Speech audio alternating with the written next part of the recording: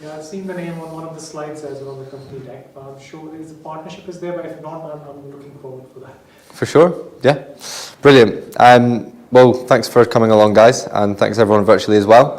Just going to spend a little bit of time today talking about autonomous response and simply how we recommend using artificial intelligence to respond to all kinds of threats, sophisticated and a huge volume of them at machine speed using artificial intelligence rather than traditional security measures and approaches.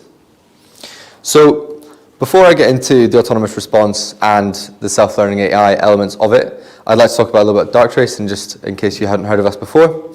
So founded back in 2013 as a University of Cambridge spin-out, MI5 and GCHQ, and came together to ultimately understand what normal is for a digital environment. And based on that understanding of normal, we can then detect abnormalities and anomalies. So the idea is that once we understand what normal is, we can then find anything that's abnormal, regardless of prerequisites or training data and that sort of thing. Last year, we listed on the London Stock Exchange, and that's been brilliant for us because it's meant we've been able to put a huge amount of finance back into our research and development and double the size of our research and development team. And ultimately, that's going into the innovation over the next couple of years as well. So a little bit about the threat landscape. And these are 4 key threats that we've seen over the last 12 months from our existing customer base of around 7,000, and we expect these to continue into 2022. The first of geopolitical cyber conflict. You know, obviously, Ukraine and Russia, what's going on right now, but there's a huge amount going on, and it's one of the best ways for other countries and nation-state activity to interrupt economies is to get in through cyber. There's a huge amount of activity on it all the time. The second is supply chain attacks. And this largely comes down to users and organizations relying more and more on third parties. So, for example, people are outsourcing to the cloud, they're using more and more SaaS applications. And again, even just general day-to-day activity with suppliers and outsourcing. We already know some key ones from last year, SolarWinds, Kaseya, Log4j at Christmas time, are simply wreaking havoc. And they're becoming really extremely profitable for attackers as well. So it's a huge focus for them going forward. The third is insider threat, and on the back of COVID, there's been something in America called the Great Resignation, where a lot of people are handing in their notices, and typically insiders have been a threat because they've been accidental. They've been a little bit naive and clicked on something without meaning to. That's changing entirely, and it's becoming a malicious insider. And so what we're trying to do is predict how we can use artificial intelligence to respond to unpredictable threats from insiders. And the final one really needs no introduction. Ransomware is absolutely everywhere at the minute. It's the buzzword of the last couple of years, and it's not going anywhere simply because it's working. And again, they all tie into each other in terms of a lot of it's to do with third parties, and generally how can attackers actually interrupt normal activity. So why are all these security measures that have been in place for a number of years not working currently? And it's largely to do with the fact that they are based on a traditional approach. They've been built on a rules and signatures approach. They've been built on policies. And ultimately what they're doing is using retrospective indicators and yesterday's training data to try and predict against tomorrow's attacks. It offers no defense for novel zero-day threats and simply cannot keep up with the sophistication and volume of attacks that's coming into organizations day to day. So we developed self-learning artificial intelligence, and this is what underpins the autonomous response capability, which I'll talk about in a little bit. The self-learning AI can be deployed across any area of your digital estate, and from the first minute it's deployed, it learns what normal is for every single connection, server, user, everything that's going on across the digital estate. And then once we understand that normal, we can detect anomalies within it. It's completely adaptive, which means that it can always continue learning. So it's not like it builds up a baseline, and once that baseline's built, it's static, but instead it continues learning from the user base and from the organization itself. And the other side of that is that it means that learning is entirely unique to an organization. So we wouldn't go into an organization with prerequisites and take a similar company from a competitor and deploy their environment within yours, but instead it's a completely unique and built up from scratch understanding of your estate, which obviously means that the detections and responses are completely unique and can be very precise and proportionate. That's what underpins the autonomous response. And we differentiate autonomous response versus automatic response, largely down to the context that can be provided to the artificial intelligence. So typically responses would be very rigid, a case of if you see X, do Y. Again, it's based on rules of signatures, and it's based on policies. What Darktrace is proposing is that you take an understanding of normal, and you can then understand different severities of threats. So if there's a lack of encryption, if there's compliance issues, simply if the alert is informational, then you might take a low-level response to it, something that is very, very minuscule. If the alert itself was critical, then obviously you're going to take a more severe action. The best part about it is that organizations don't need to use manpower to actually, one, train the artificial intelligence, as it's entirely unique, and to even monitor the activity and the response itself, because the AI gets to choose which response is most appropriate to the threat. It's completely proportionate, and it's completely subtle, in a sense that a lot of the time the users won't even understand or notice that an action has been taken on their machine. This is the way that it can be deployed, and this is really the Darktrace autonomous response capabilities. So the way in which we can take actions are twofold. We can use TCP resets and spoof the packets to break that handshake, or we can use existing infrastructure. So we can plug into different firewalls and make sure that we can make a poll on that and take an action that way. The deployments themselves vary, as you can see, and there's autonomous response across all areas of these. So it's something we've worked on over the last few years, starting with the network a little while ago, but as organizations have changed, moved towards clouds, third parties, SaaS applications, and in the last 2 years, endpoint as well, it's not been easy to get visibility and, more importantly, control of all of these devices. So depending on where you feel the gap is, you can plug it with autonomous response technology and be confident that it can take 24/7 responses even when you're not monitoring it. And most importantly, not take the business offline. The way in which the response is taken is extremely precise, so it doesn't interrupt your business day-to-day continuity. So if I kind of show you what this actually looks like, and this is a case of moving back to this slide of having it across multiple different areas of the estate, that's exactly how the AI works, is that it's deployed across an estate and it's going to target it at different parts.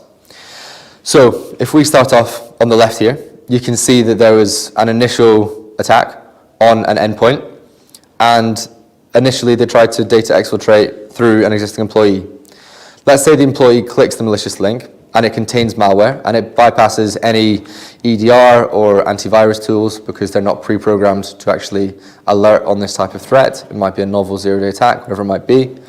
And let's say that Anti-Gina recognized it as unusual, but you didn't have autonomous response capability deployed on the estate. It would have blocked the unusual file download, but if we pretend it didn't, we can move on to the C2, command and control. And that's, again, we know that this is a traditional or a typical way that ransomware might propagate through an estate. Immediately goes straight to C2. And Darktrace would have alerted on the unusual activity. And again, Anti-Gina would block the connection for the C2 traffic. And it would do it in seconds. But it wouldn't block all connections from the device, taking the user offline entirely. But instead, it would only block that specific unusual connection, making sure that the threat is eliminated, but the person can get on with what they want to do. Hypothetically, let's just say that the attacker still persisted and there were no actions taken, and they move over to the cloud environment and wanted to upload sensitive documents to OneDrive.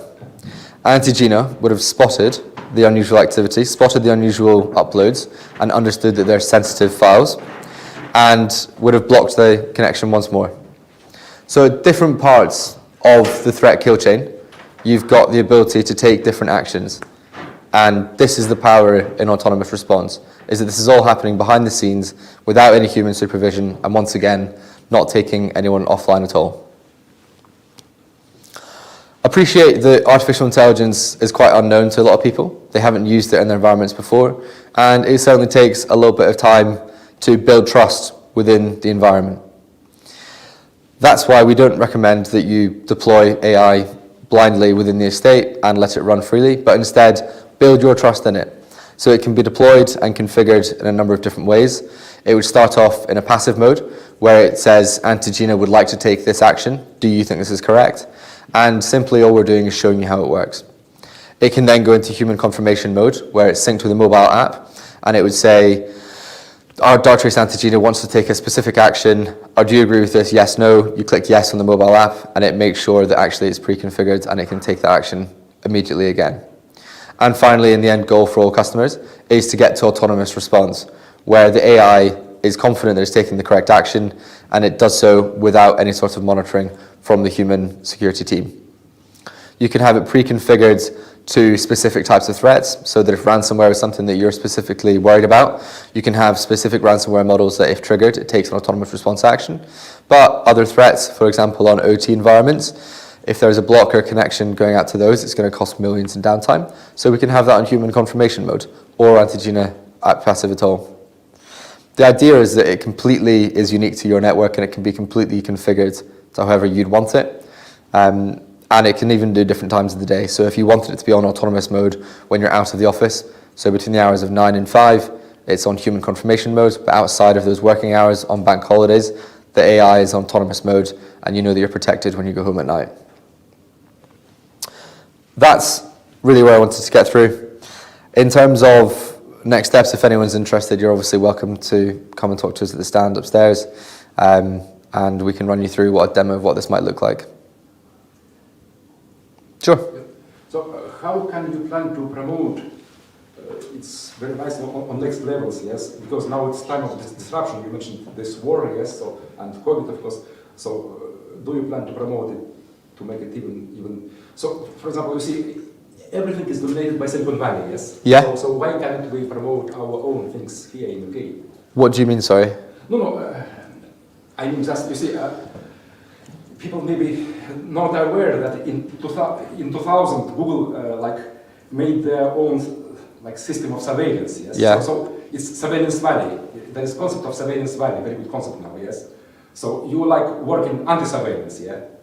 Sure. So it's time of disruption. So it's maybe time to disrupt this Silicon Valley system of surveillance. No. If you didn't think about this, it's okay. It's maybe for further discussion, but maybe you have some ideas. Yes. How to make your model even more promoted. No, I have many ideas, but not to tell now, of course. It's maybe upstairs. Sure. Yeah. Okay. Absolutely.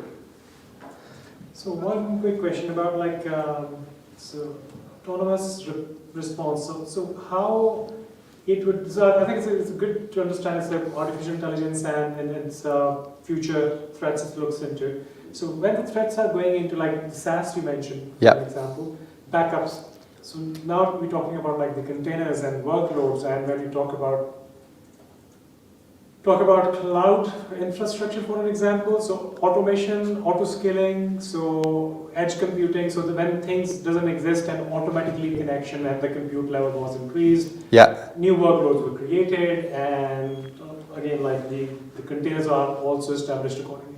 So does it go into all that area of threat intelligence point of view? Yeah, so in terms of a deployment itself? Yeah, in terms of the threat intelligence point of view, obviously at the end of the day is the end user when they're trying to access. Yeah, it wouldn't, it doesn't have to necessarily be the end user, it could simply be a rare external endpoint beaconing halfway across the world that you're unaware about. So you're referring to IoT for an example, and sure. Things between endpoints, we consider those Internet of Things are endpoints, and between those, if there's any things going wrong, so it can pick it up. Yes, absolutely. Yeah, that's interesting. In terms of the deployment, it varies massively. So obviously, as I said, we can deploy on SaaS and cloud infrastructure, but also on network, physical infrastructure as well. Yeah. The points of ingestion, it varies depending on the actual customer, depending on the profile. And so there's no single deployment that makes complete sense, but rather than it's up to a bespoke customer. So a lot of customers these days, as I said, moving more cloud. So we would spin up virtual infrastructure to host their environment. Yeah. If it was a physical infrastructure, we'd be sending a physical box and port mirror the traffic via the core switch. Yeah. If you wanted to get the endpoints included as well, when they're outside the VPN, you can deploy an endpoint agent that sits on that endpoint device and effectively conducts a mini port mirroring session that sends the traffic back to the master appliance, be that virtual or physical. And that's where the analysis is conducted. And then the action would be generated through the appliance. But all of that happens in a split second. Split second, okay. So quite sophisticated stuff. I think I would like to learn a bit more about. I believe I would have a bit more questions as well. I need to clarify in my head. For sure. It makes a lot more sense once you see it in action as well. Because the thing is, like, the technology is changing on such a pace, it's difficult to keep tab on it as well at the same time. So because my job is to talk to the clients when the digital transformation comes, right? So Sure. as a solution. So when it comes to solution, you can go to certain levels and goes beyond to the capability scale, for an example. Yeah. So yeah, so I think the challenges I'm looking into these, the SaaS applications, the workloads which are being created. So unknowns are also there. It's a cloud first, hyper. What I was saying, we were talking yesterday about like the hybrid. Yeah. So multi-cloud is a new hybrid. Right? Yeah. So it's on-prem, in Yeah. the cloud, and multi-cloud. Yeah. And then things are unknown as well, which will be automatically created. And how to have the defense. I think that overall, the method is great. So it's based on what is now rather than yesterday. Yeah. And using what is actually happening, gathering the intelligence. And that's the way moving forward. So that on a high level, that makes sense. Yeah, good. Thank you very much for that. Good. I'm just trying to say, so sometimes you say things, it gets Yeah. in your head. Yeah, So I answered 3 or 1 questions while talking. Good. Awesome. Are there any other questions? Any questions from Andre? No. You were talking about in the presentation about trusting AI. Do you think that's still to this day a big stumbling block for companies that are so heavily relying on invisible teams? And I think it's a change that it takes a little bit of time to get used to. And the way that we tend to onboard customers is we run what's called a proof of value. So it's a proof of concept effectively. And that is largely where the trust is built. So AI can be quite a foreign idea to people. If they've never deployed it across their estate, it doesn't make an awful lot of sense. So what we say is ingest Darktrace, deploy it. We'll have it passively ingest your traffic. And then we'll actually show you what's going on under the hood. And the way in which Darktrace ingests this raw network traffic is it starts to make sense of it, and it thrives on data. So the more data it can ingest, the absolute better it is, which is why also covering the entire estate is always a really good idea. It feeds into one AI interconnected brain effectively, and it can then follow threats from different parts of the deployment. So if something started off on email and then moved to SaaS and endpoint like I showed, the AI actually understands what's happening on that. It's the same for physical environments as well. It can follow threats from an IT to an OT or an ICS environment. In terms of building up trust, that's how we tend to do it. It often relies on the POV to actually say, you had a really good understanding or thought there was a really good understanding of the environment. But the reality is we've come here and shown that actually there are endpoints everywhere. And a lot of these, especially IoT devices, aren't built for security. So if we take this venue, for example, there will be security cameras. There will be, on TV screens, cameras that are used for webinars. There will be smart thermometers. There will be smart refrigerators, whatever it might be. If it's all connected to a single network, those devices can be used for lateral movement. But the reality is that they weren't designed for security. They were designed for functionality. And so a huge amount of this is relevant for the proof of values. Yeah. And I think you mentioned about IoT, that reminds me like in the healthcare, IoMT, so medical things and industrial things. There's so many endpoints are there, and that's the way of working, is the edge computing point of view. And that reminded me about the VPN, for example. So generally, the general concept I've seen is, once we talk about cloud, the thing it's shared responsibility concept is very still new for many people.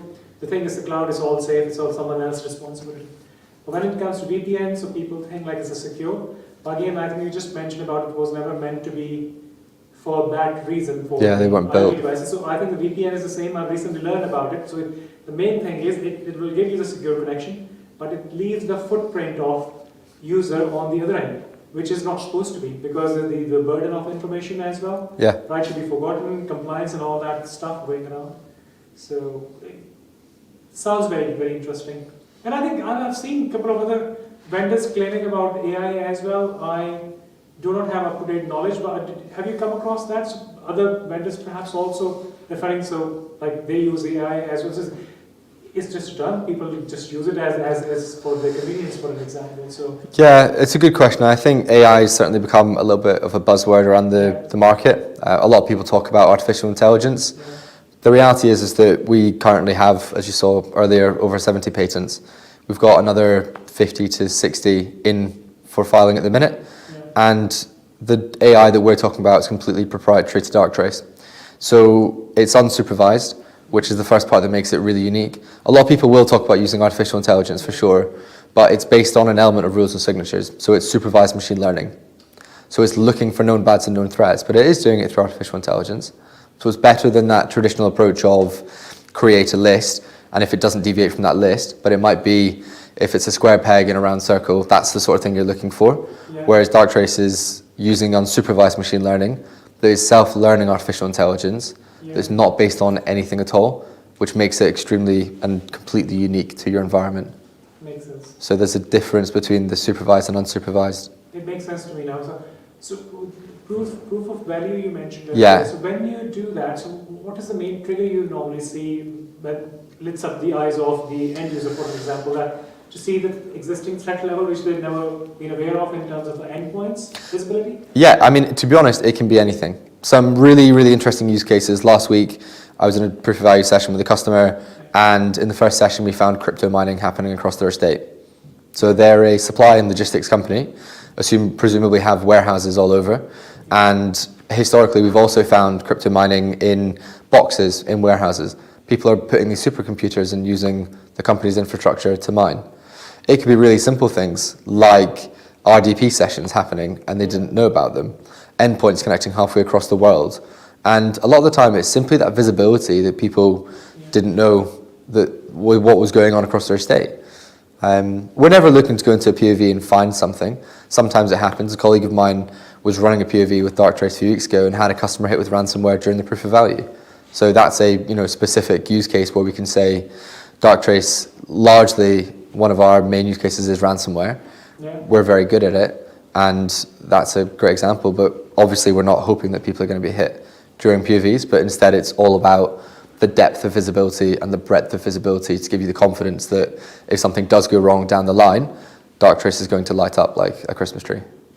So a quick question about the ecosystem, for an example. That reminded me about the backups, for an example. Yeah. So ransomware goes back to backup, Yeah. something you can rely upon, and then the cold and hot and archived it. So like with the likes of you have ecosystem like you work integration with Veeam and other vendors as well, something like that? Yeah, it's a really, really good question. And in terms of the ecosystem, that's where we are going a little bit further down the line as well. So I've got some slides that I can certainly run you through upstairs that will show you what we're calling an AI loop. And that is where you're going to have detection and response, which is where we are right now.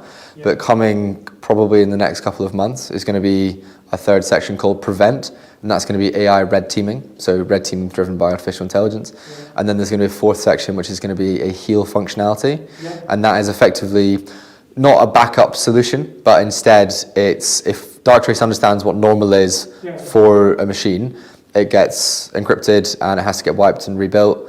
You can use those engines that have already been in place to rebuild it through artificial intelligence. Yeah. In terms, Yeah, sorry. and then I was going to say there is also a breadth of integrations that we currently have now with firewalls, other solutions, a huge amount. If people use Seams, that sort of thing. Yeah, and all that information will be, once you are a partner, then you have the access to all that information. It's a lot of it's online already, but yeah. That's cool, that's cool. I'll have a look. Lovely. Awesome. Us? Think so. Thank you. Thanks, guys.